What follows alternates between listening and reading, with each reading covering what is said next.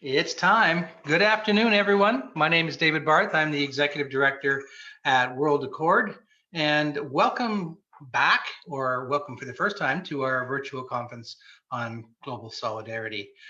We've been having a pretty good turnout so far, and we've had some wonderful sessions over yesterday and today. And this afternoon we have another really interesting one that this one actually was Becky Grigsby's brainchild. She wanted to do something around the youth and working with kind of like, let's talk about sustainable housing and how they kind of maybe would design that with Minecraft. So we're going to get to that in just a second, but before we do, I'd just like to thank everyone for showing up today. Thank all of our supporters, all of our donors, and all the people who kind of are there for World Accord, our volunteers, and also our partners in the field. So hello to our partners down in Central America and in Nepal. As well as Troy Roach, who's been doing all the tech for us, and he's been looking after trying to make sure all of our technology works. So anyways, if you have an opportunity to ask a question, if you'd like an opportunity to ask a question, or if you'd like to leave a comment, you can do so in the comment section down below, and we will try and answer those questions as we go, or we can answer them after and when this becomes a recording. Additionally, if you feel so inspired, you're always welcome to leave a donation for World Accord. We didn't press for sponsorships for our fasters, but we do have some people fasting this weekend as we are replacing Fastathon with this event. And anyways, so we have down in the comment field, there's an opportunity to leave a donation as well, or you can go to worldaccord.org and do that there. But now it's time for me to pass things over to Becky Grigsby. Take it away, Becky.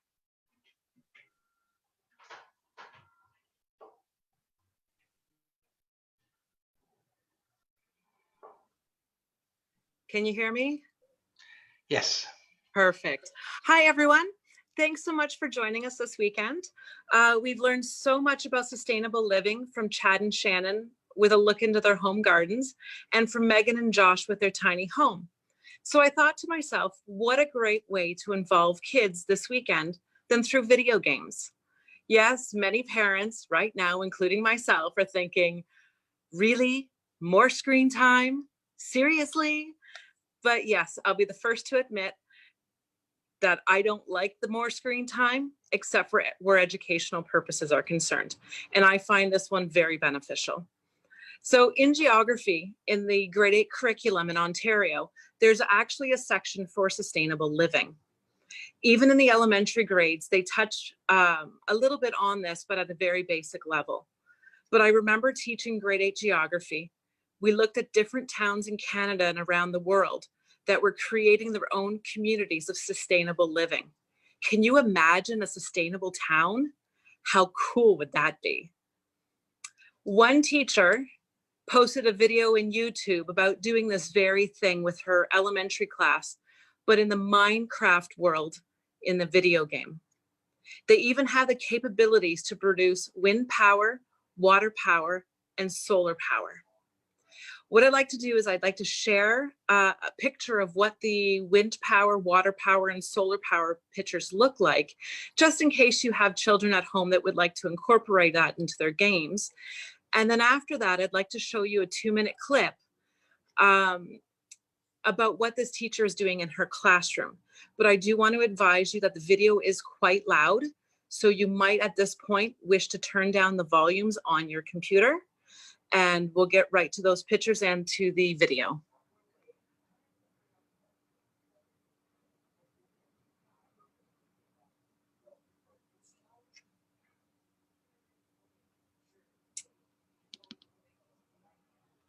So first we have the pictures. So if your child or even young adults would like to incorporate the different sustainable powers, we have the first picture, which is our windmill, or so our water power. Then we have our second picture, which is solar panels. And then our bottom pictures are the wind powers. You can have a windmill. So just a few things if you want to incorporate those into your own homes in Minecraft. Here's the video. So again, please make sure your volume is turned down. I did like the Minecraft unit, that was fun. but it made me more passionate about the global goals as well. World is being mistreated, so what should we do?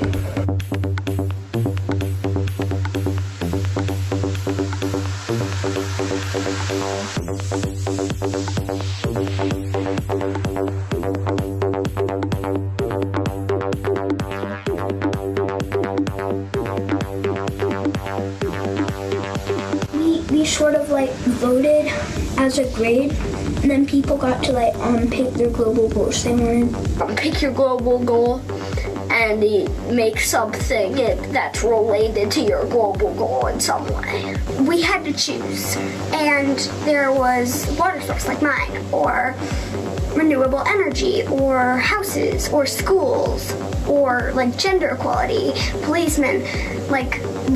We had to make all those things to make it a good town. So we built a hospital. You want to create something that you think would be good in case if you were sick. Mine was a windmill and a powerhouse. And then me and my partner, we built spider webs on the top and for the power lines, which was really challenging, so we had to connect it to all the buildings. We're doing global goals number 2, which is no longer right here at the grocery store.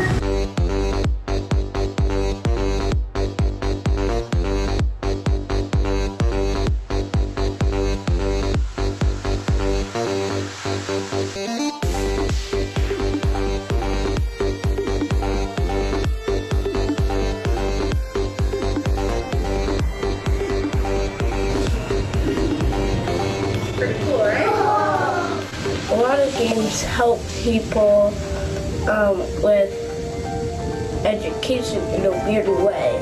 I liked everything about it. I think that's a great project because then people learn that they can help the community. It made me think that not everybody has these things. Like Minecraft first is a video game and it's fun for people, but you also had to take care of people.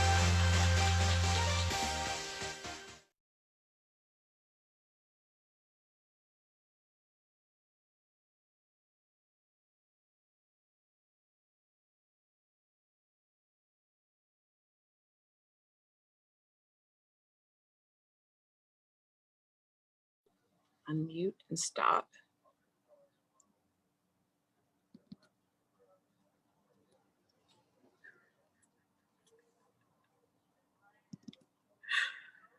I can't get back again. Okay, so I'm having trouble getting back so you can just see my face. What I'm gonna do is just talk a little bit more, and then I'm gonna show a couple different videos.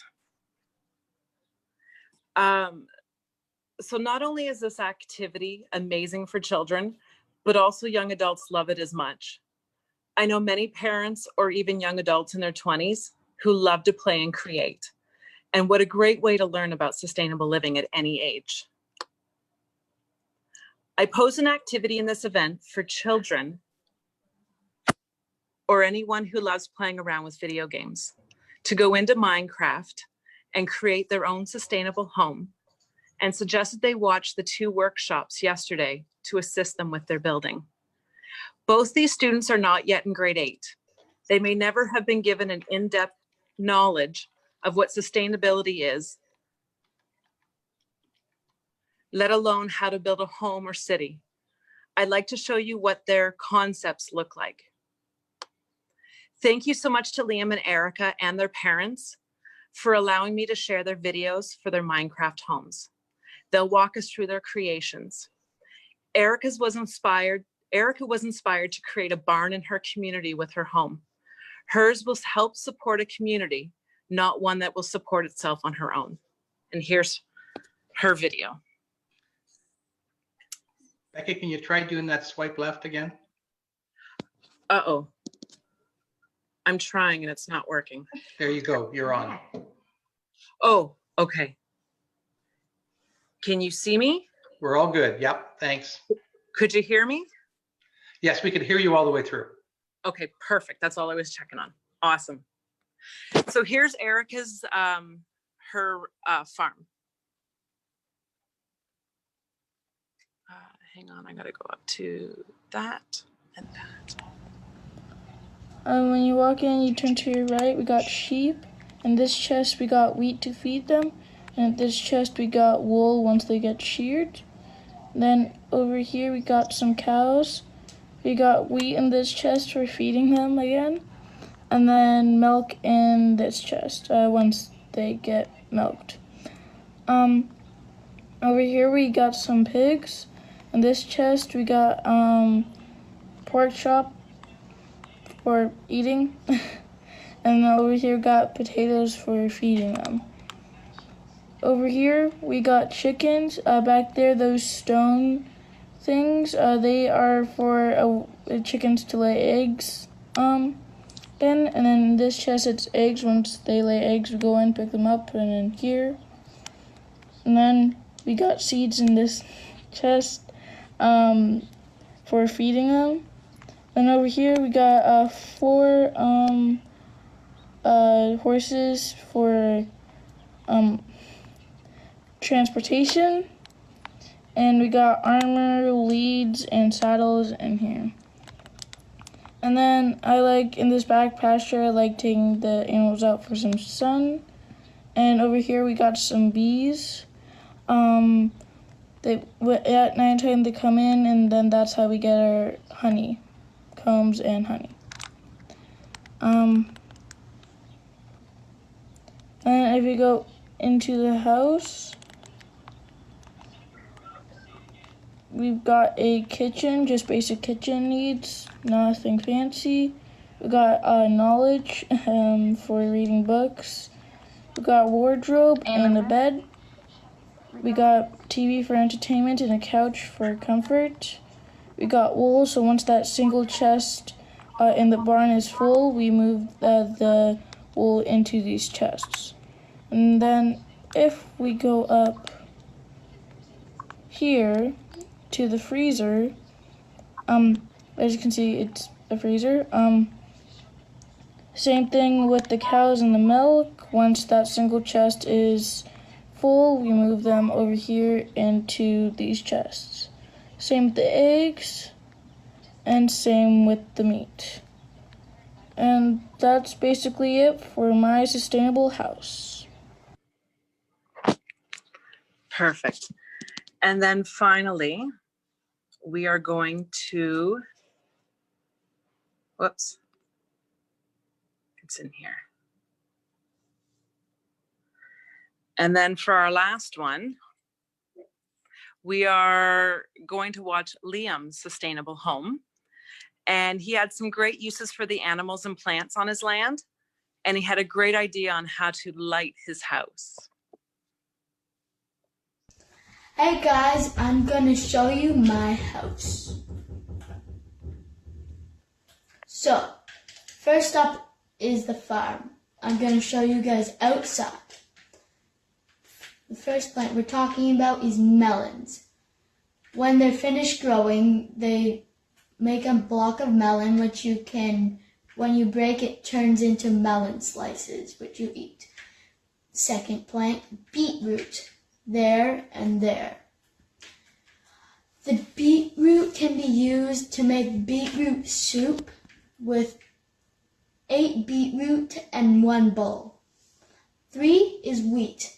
All around here.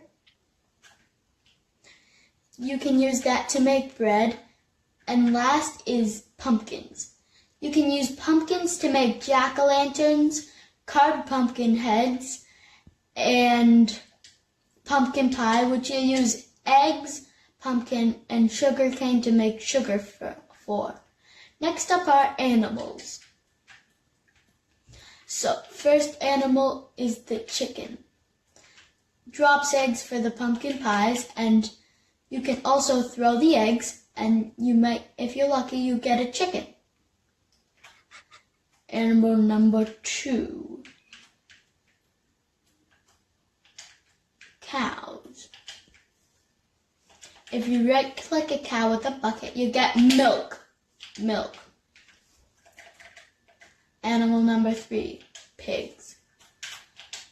pigs don't give you anything but food, so you should breed the pigs and kill them to get food. You can also use them for pets. 4. Fudge is sheep.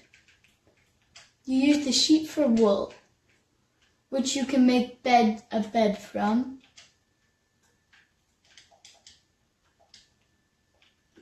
Moving on to the last animal, the mushroom. If you right-click the mushroom with a bowl, you get mushroom stew.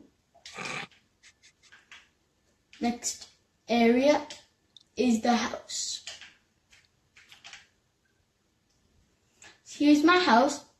Pet pig Porky. Crafting table. Smokers furnaces used for like ovens and stoves. Infinite water pool, basically a well. Here are some redstone lamps. Flick them on and off. And the reason only 2 of these lights are on outside because daylight and night sensors. The dark ones are night sensors, the light ones are day sensors. They're basically solar panels for day and night. Here is my basement. I would like keep things in here, and here's a secret room where I keep like valuables in. Here's some gold blocks. Oh, guys, I forgot to tell you about the last thing. Me and my trusty fishing rod will be going to the fishing pond.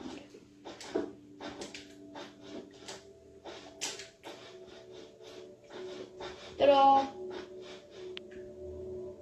If you right-click the controller, or whatever you have, you can fish, and when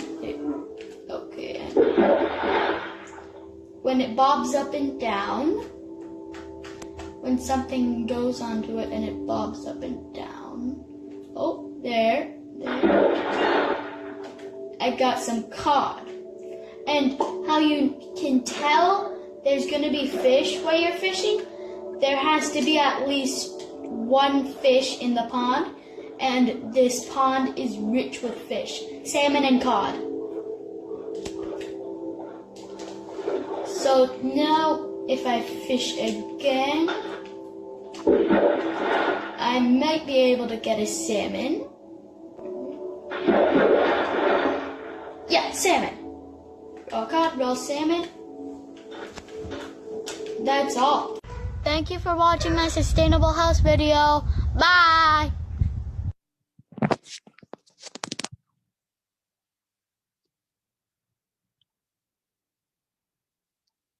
That was priceless. That was awesome. So I want to thank you. Thank again the 2 children for participating today. It was such a pleasure to see their creations that they came up with. If you're wishing, I do have a lesson plan that I found online that you can use in your classroom or at home to teach sustainable living using Minecraft. And I will share that in the comment section after this video.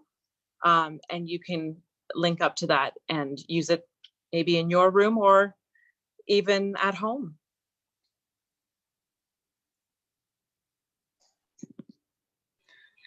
Did you just swipe off, Becky? I'm trying. Well, I think that was pretty good. Does anybody have any questions? I mean, we are able to take some. We have a few minutes if people want to ask a question. I found it really quite fascinating. So when you're talking about the sustainability, Becky, you end up getting these kids in your classes to use these ideas in the creation of their where they live. I guess their home. I thought it was going to be just a house, but I'm seeing that, you know, they got their farm, they've got their pond, they've got kind of it all figured out and how to live sustainably. The one place looked almost like Chad Daly's, I thought. You know, all the crops and the animals and the pond. Geez, okay. That's fun. That's fun. I have a question, Dave. Yeah, Troy. I was just amazed by how detailed these homes looked, and I was wanted to say wow, but also how much work goes into these designs. Like, how long does it take? And how do they know how to navigate the grounds? Like, is there an overview map or something? Like, how do they get all these ideas? I mean, so many questions come to mind, but. Well, I have Erica with me right beside me.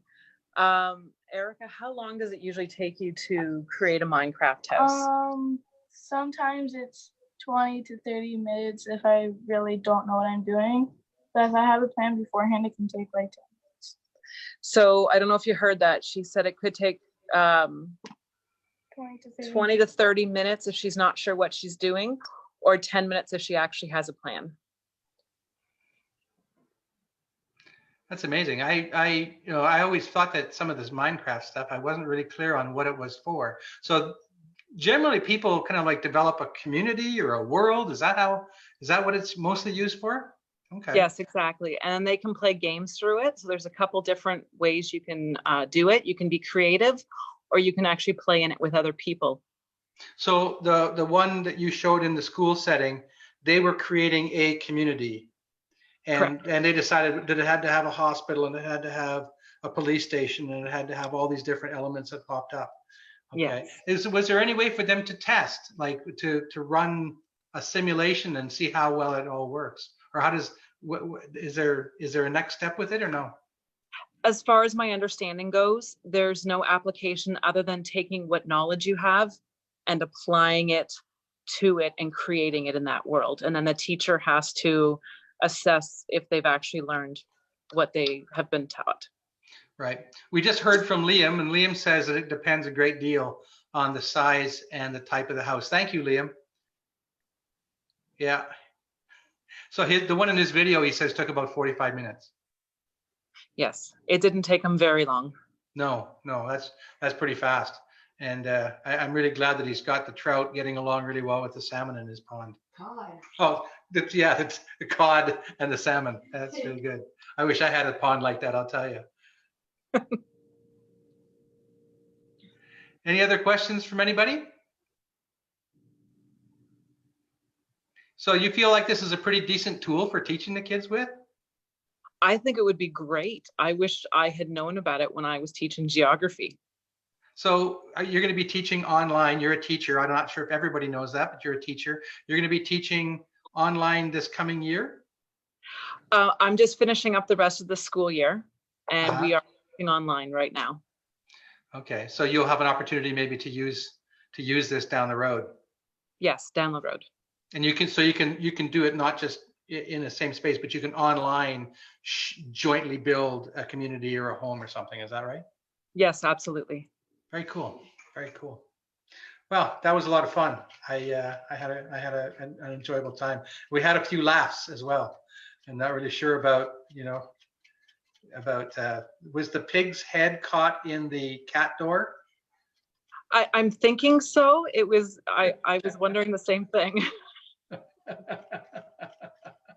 Yeah, well, it's good, and it's a great starting place for a lot of people to kind of like jump on and think about how they were doing it. And I don't know if Megan and Josh used anything like that when they started doing their design. It seems like kind of a fun little design tool, but anyways. All right, is there anything else on here? No, I'm seeing pretty much we're finished with questions and comments. I haven't seen anything else come in. So I would like to just, The pig wanted out.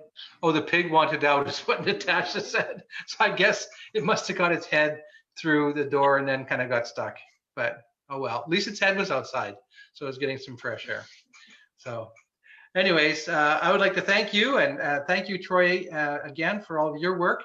And thank everybody for joining us today. So we had really, I think, a lot of fun. I think we had reached a fair number of people, and we will continue to reach more people as other people come on board and visit the YouTube site or the Facebook site and see some of these videos that we're going to have now that basically are all the different events that we had over the weekend. But I would just like to thank you all again for joining us for this weekend. and thinking about, you know, this sustainability and the fact that we're all in it together, thinking about the fact that yes, we are all suffering in the same storm, but we're not all suffering to the same degree. And we do know that, you know, people are hurting out there, and some people are having it easier. And we always have to make sure that we, as Shobha mentioned, that we're all in this together, and we need to bear that in mind. So we're all in the same storm, even though we're not in the same boat. But the more we can be in this together, the better off we will all come through it. You know, this is a planet-wide issue that we're facing here, and it doesn't do any good for one country to eradicate it and kind of just sit back and say, well, we've done that, because they would basically have to close their borders or come back in again from somewhere else. So it is a global effort, and we're paying for it globally. But like I say, the price is different for everybody. So everyone, please take care, and always kind of bear in mind that people's lives are different than ours, and that we really don't have a chance to understand it until we walk in their shoes. And that's what global solidarity is all about.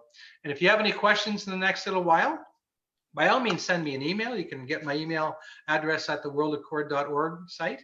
The other thing is if we hold something like this in the future, if you have ideas for things that you would like to see us share, I thought it was great creativity. A lot of it was Becky's brainchild for the whole weekend. And so I'm so thankful that she kind of brought that together. And, you know, we had a good team of volunteers that were able to all share together. But if anyone does have ideas of things they would like to do, by all means, get in touch with us. We would love to be able to do more events like this. And it's fun. It gets the information out and allows us to touch other human lives, which is something that we haven't been able to do enough of recently. So thank you, and take care, everybody, and stay safe. Love you all. Bye-bye.